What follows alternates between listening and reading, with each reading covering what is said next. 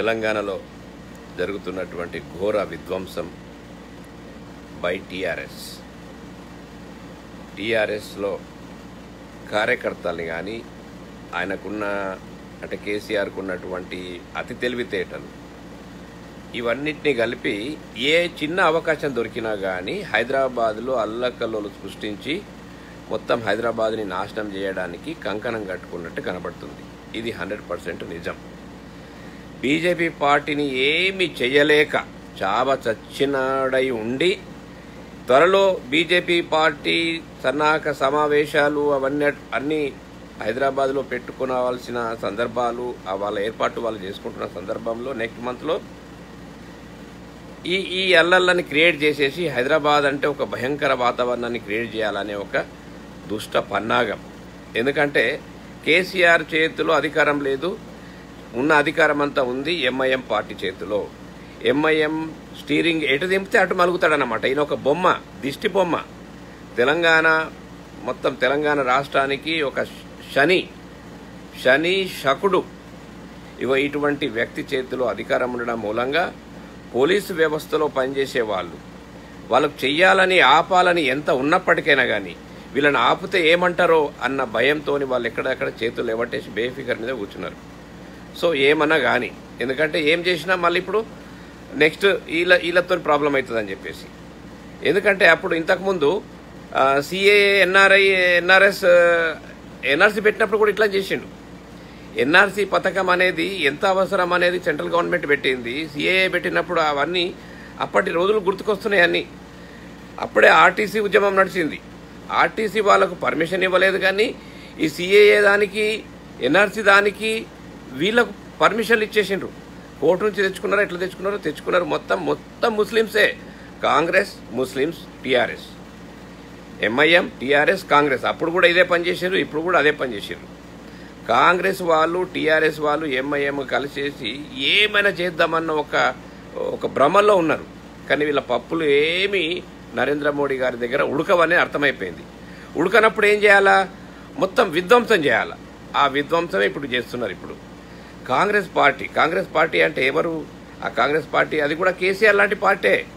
కేసీఆర్ కుటుంబ పార్టీ ఎట్లనో కాంగ్రెస్ కూడా కుటుంబ పార్టీ. అది గాంధీ వంశం అది ఏదో చెప్పుకుంటారు. అదంతా గాంధీ వంశం అంతా అది పచ్చి నాటకం. అది వాళ్ళంతా ఒక పాత డిఎన్ఏ తీస్తే అంతా ముస్లింలు. వాళ్ళంతా ముస్లిం నుంచి వచ్చి ఏర్పడకుండా గాంధీని హైజాక్ చేసేసి గాంధీ పేరు పెట్టుకొని గాంధీ కుటుంబం లాగా కాంగ్రెస్ పార్టీలో అలా దిగిపోయారు మొత్తం గుణపంలాగా. ఇక వాళ్ళ పేర్లు చెప్పుకుంటూ భజన చేసుకుంటూ అక్కడక్కడ చేసే వాళ్ళంతా చేసుకుంటున్నారు. ఇగో కాంగ్రెస్కున్న బుద్ధి, టీఆర్ఎస్కున్న బుద్ధి, ఎంఐఎంకున్న బుద్ధి ఇగో ఇట్లాంటి విషయాలలో బయటపడుతుంది. మరి బయటపడ్డప్పుడు సామాన్య జనాలు ఎలా ఆలోచించాలి?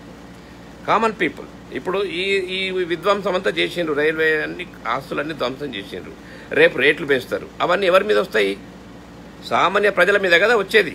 కాబట్టి సామాన్య ప్రజలు నాకెందుకులే రేట్లు పెరుగుతున్నాయి, అది పెరుగుతున్నాయి ఇంత తెచ్చుకొని అరిచే బదులు ఇట్లాంటి సబ్జెక్టుల మీద దృష్టి పెట్టాలి. చదువుకున్నోడై ఉండి కొంచెమన్న బుద్ధి జ్ఞానం ఉండి అట్లాంటి వాళ్ళంతా ఇట్లాంటి విషయాల మీద ఆలోచించాలి. ఎంతసేపు నేను, నా కుటుంబము, నా పిల్లలు బాగుంటే చాలనుకుంటే ఆ ఎంఐఎం పార్టీకి సంబంధించిన వాళ్ళంతా కర్రలు కత్తులు పట్టుకొని ఇలాంటి దాడులు చేసినప్పుడు అందరినీ మొత్తం గంపగుత్తగా చంపేస్తారు. అప్పుడు ఏం చేస్తారు? ఇప్పుడు హైదరాబాద్లో ఆ రేప్ జరిగిన విషయం ఉంది కదా, ఆ రేప్ గురించి ఎవడన్నా పట్టించుకుంటుండా? మొత్తం అంత రాజకీయ నాయకుల పిల్లలే కదా ఉన్నదంతా. మరి ఆ విషయం ఎవరు పట్టించుకుంటలేదు. ఆ విషయం హైజాక్ చేసేసి అటు పక్కకు పెట్టేసి కొత్త ఇష్యూల మీద నాటకాలాడి ప్రగతి భవన్ ఫామ్ హౌస్లో కూర్చొని ఎంత పండగ చేసుకున్నాడో కేసీఆర్. ఇంత అల్లకల్లోలం ఈ సికింద్రాబాద్ స్టేషన్ అంతా దగలబడతా ఉంటే అయ్యా నేను అనుకున్నట్టు జరుగుతుంది, నేను అనుకున్నట్టు జరుగుతుంది అని ఎగిరి గంతులు వేసుకుంటే డ్యాన్సులు చేసిండొచ్చు డోర్ వేసుకొని. ఇగో ఇటువంటి అంటే నీచమైన నికృష్టమైన తెలివితేటలు ఉన్నటువంటి కేసీఆర్ చేతిలో గవర్నమెంట్ ఉన్న రోజులు ఈ తెలంగాణను ఇట్లనే నాశనం అవుతూ ఉంటుంది. డెవలప్మెంట్ లేదు, పాడు లేదు, మొత్తం సర్వనాశనం చేస్తూ ఉన్నాడు. ఇది ప్రజలు గమనించాలా. టీఆర్ఎస్ పార్టీని ఎంత తొందరగా వీలైతుందో అంత తొందరగా గద్దె దించి ఇగో ఈ అల్లలను దృష్టిలో పెట్టుకోనన్నా కానీ సెంట్రల్ గవర్నమెంట్ ఆలోచించి ప్రెసిడెంట్ రూల్ పెట్టాలని చెప్పేసి నా యొక్క విజ్ఞప్తి. ఇలా పెట్టకపోతే ఇట్నే చూసుకుంటా పోతే ఇంకా మంచితనం నటిస్తూ ఉంటే పోనీలే. ఏదైతే బీజేపీ వాళ్ళు నా ఉద్దేశం ప్రకారంగా వాళ్ళు ఇదే ఎక్స్పెక్ట్ చేసి ఉంటారు. కేసీఆర్ని ఏమన్నా అంటే వాళ్ళని మొత్తం ఎంఐఎం వాళ్ళని ఎగరొప్పి ఈ ప్రజల మధ్యలో చిచ్చులు పెడతారని వాళ్ళు అనుకుని ఉండొచ్చు అనేది నా ఉద్దేశం. కానీ వాళ్ళు అనుకునే లోపల వీళ్ళు చేసి చూపిస్తున్నారు కదా, ఇంతకంటే ఎక్కువ చేస్తారు. ఇంకా ఇదే ప్లాన్ అన్నమాట. కేసీఆర్ని ఏమన్నా అరెస్ట్ చేసే అవకాశాలు అట్లాంటివి ఏమైనా ఉంటే ఎంఐఎం పార్టీ మొత్తం ఎగరొప్పేసి వాళ్ళే హిందువులను చంపుతారు, వీళ్ళని చంపిస్తారు. మొత్తం కేసీఆర్ చంపిస్తాడు, అటు ఒక నలుగురిని చంపించేస్తాడు, ఇటు ఒక నలుగురిని చంపించేస్తాడు. వీళ్ళు చంపినని వాళ్ళు సినిమాలలో చూసినాం కదా. ఇవన్నీ బుద్ధులు కేసీఆర్ దగ్గర ఉన్నాయి. కాబట్టి కేసీఆర్ అత్యంత నీచ నికృష్టమైన రాక్షస గుణం ఉన్నటువంటి ఒక పొలిటీషియన్. ఈయన చేతిలో ప్రభుత్వం ఇట్లనే ఉంటే తెలంగాణ ప్రజలకు ఇక్కట్లు తప్పవు, చాలా బాధపడాల్సి వస్తుంది, బాధలు చూడాల్సి వస్తుంది. ప్రజలు ఇవన్నీ ఆలోచించాలని చెప్పేసి నా యొక్క రిక్వెస్ట్. ఇంకా కేసీఆర్ ఇట్లా అంటే కేసీఆర్ కొడుకు, కేసీఆర్ జుట్లకెళ్ళినాడు. నానా నీకు తెలియదే, అట్లా కాదు మొత్తం మిషన్ గన్లు తెప్పిద్దాం, మొత్తం ఎక్కడో అక్కడ చంపేసేద్దాం అనే రకం ఈ తారక రామారావు. ఇగో ఇటువంటి తండ్రి కొడుకులు. ఇక అల్లుడు ఆయన ఒక నారదముని అన్నమాట.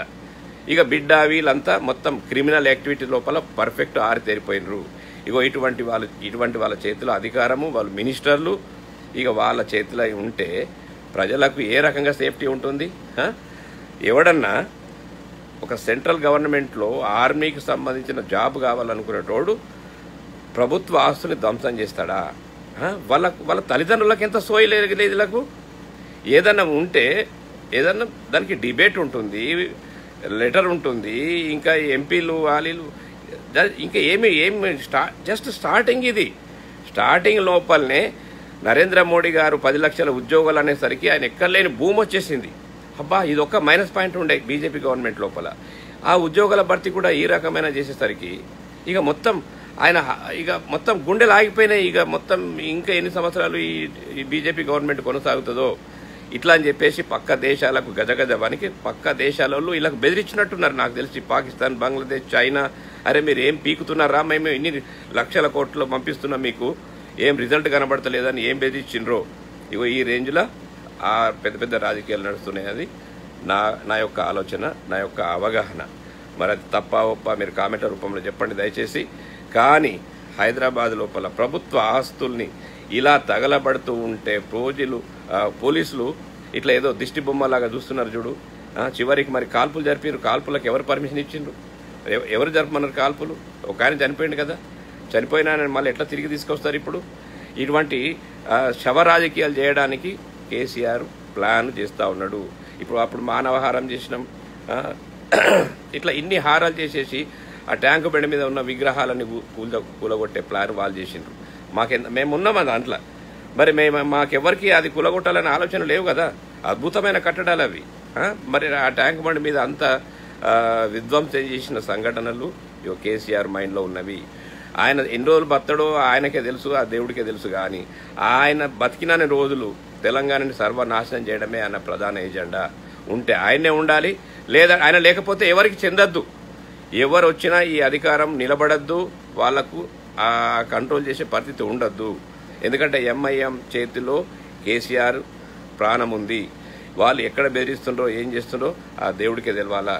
కాబట్టి ఇటువంటి పరిస్థితులు సామాన్య ప్రజలు ఆలోచించాలా. ఏం జరిగినా ఉన్నోళ్ళంతా బాగానే ఉంటారు, వాళ్ళందరూ సేఫ్గానే ఉంటారు. ప్రాబ్లం వచ్చేదంతా పేద మధ్య తరగతి వాళ్ళకే. ఈ బడుగు బలహీన వర్గాలకు మాత్రమే ప్రాబ్లమ్స్ వస్తాయి. ఏ రేట్లు పెరిగినా ఇబ్బంది పడేది వీళ్ళే. అక్కడ ఇప్పుడు ఆల్రెడీ టీవీలలో చెప్తున్నారు, కొంతమంది స్టూడెంట్స్ చెప్తున్నారు, మేము ఇలా శాంతియుతంగా ధర్నా చేద్దామని వచ్చినాము. కొంతమంది రాజకీయ ప్రతినిధులు వాళ్ళ నాయకులు వచ్చేసి మమ్మల్ని ఎటు వెళ్లకుండా చేసి మా పేరు పెట్టుకొని వీళ్ళు చేసిన ఆగడాలని కూడా చెప్తూ ఉన్నారు. మరి ఏ పార్టీ ఏంటి? ఇవన్నీ ఇంటెలిజెన్స్ డిపార్ట్మెంట్ కానీ ఇవన్నీ బయటకు తీయాల్సిన అవసరం ఉంది, ఇవన్నీ ప్రజల ముందు పెట్టాల్సిన అవసరం ఉంది. ఇలా జరిగితే ఇక దేశం ఎక్కడ ఉంటుంది? అమెరికాలో ఏదైనా పబ్లిక్ ప్రాపర్టీ ఎవరైనా డ్యామేజ్ చేస్తే లైఫ్ లాంగ్ జైల్. అవసరమైతే ఆ టైంలో కనుక పోలీసు ఎవరన్నా ఉంటే ఇమీడియట్లీ షూట్ చేసి పడేస్తారు. వాళ్ళకి అన్ని పవర్స్ ఉంటాయి. ఇక్కడ గవర్నమెంట్ అంటేనే పోలీస్ అంటేనే గవర్నమెంట్. ఎలక్షన్లు ఇదంతా సెకండరీ. ఇదంతా ఎవరు కనపడరు మనకు. ఎక్కడ ఏ ఎమర్జెన్సీ ఉన్నా ముందు మనకు కళ్ళకు కనిపించేది పోలీస్. ఇటువంటి పోలీసు వ్యవస్థ అమెరికాలో ఉంటుంది.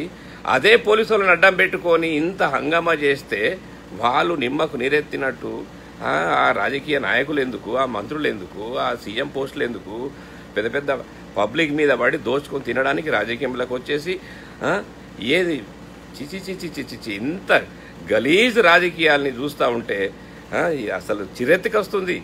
వీళ్ళు ఏం చదువుకున్నారు, వీళ్ళ తెలివితేటలేంది, మొత్తం ప్రజల మీద బతకడమేనా వీళ్ళ పని? ఎవడికి వాడు సొంతంగా పనిచేసుకొని సొంతకాల మీద నిలబడి బతకలేరా? అలవాటు అయిపోయారు. పులి రక్తం దాగా మరుగు ఎట్లా మరుగుతుందో కేసీఆర్ అట్లా అలవాటు పడ్డాడు. ఆయన సెక్రటరీకి రాకున్నప్పుడే ప్రజల నుంచి ఈ రకమైన స్పందన రావాల్సిందే. మరి అప్పుడు ఎవరు మాట్లాడలే, అందరు ఉద్యమంలో పాల్గొన్న వాళ్ళంతా నిమ్మకు నీరెత్తినట్టు ఆయన వేసిన ఇస్తా ఇట్లా ఇట్లా డబ్బులు ఇట్లా ఎరేస్తా ఉంటే సైలెంట్ అయిపోయినారు. ఇంకొక ముఖ్య విషయం, తెలంగాణ లోపల ఒక నాగ సర్పం లాంటి మనిషి ఒక ప్రొఫెసర్ రూపంలో ప్రజలని యూత్ని మొత్తం చెడగొట్టేస్తున్నాడు. నాగ సర్పము ఒక నాగం పాముకు ఒక ఇక్కడనే విషయం ఉంటుంది, కానీ ఈ నాగ సర్పము లాంటి మనిషికి మొత్తం పేయంత విషయమే ఆయనకి.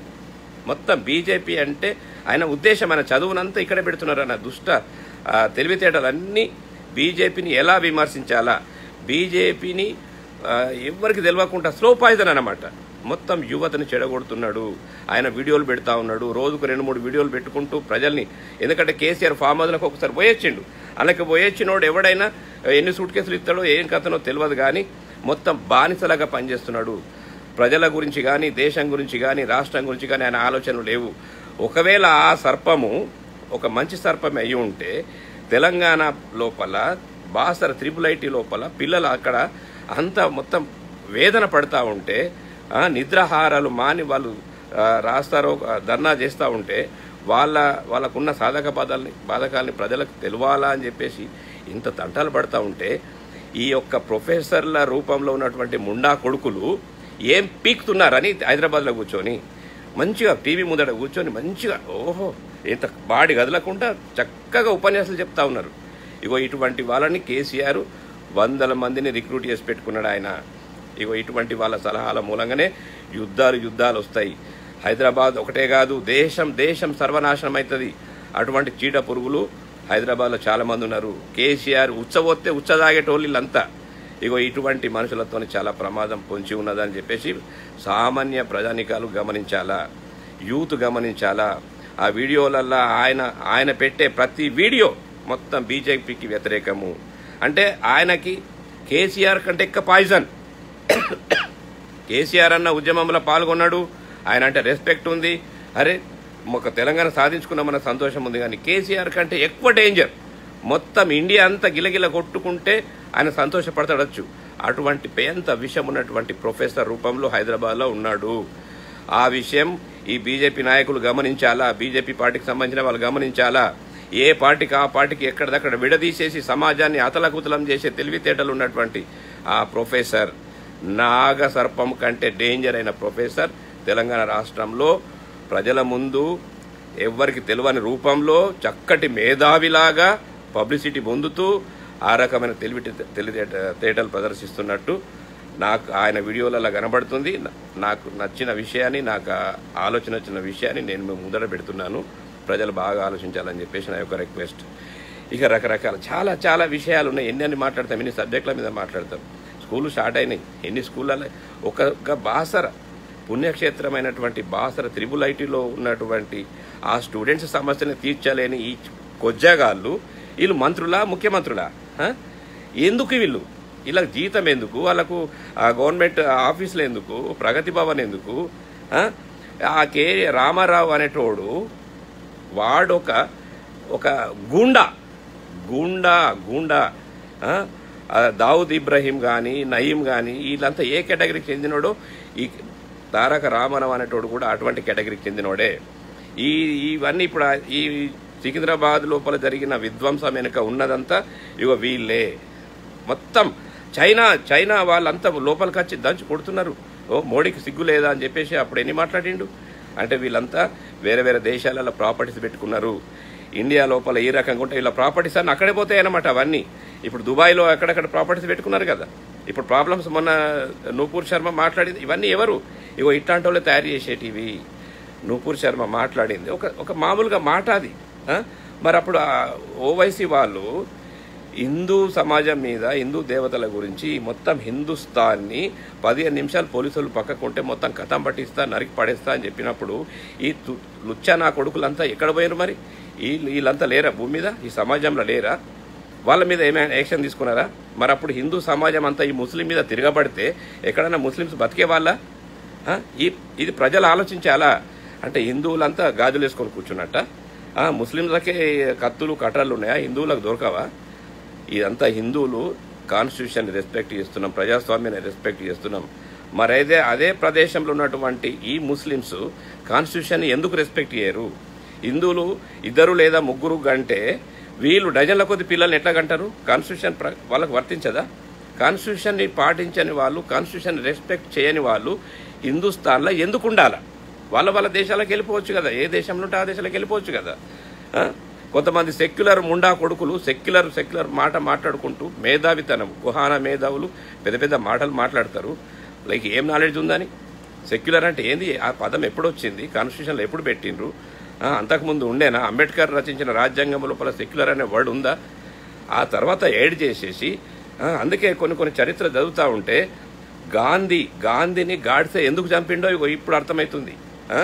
ఆ గాడ్సే గాంధీని అప్పుడు చంపకపోతే ఇట్లాంటి పరిస్థితులు వచ్చేది. అప్పుడు కూడా ఒక మతం ప్రాతిపదిక మీద దేశాలు విడిపోయినప్పుడు ఎక్కడ ఊళ్ళో అక్కడ వెళ్ళిపోవాలి, అప్పుడు ఈజీగా జరిగేది.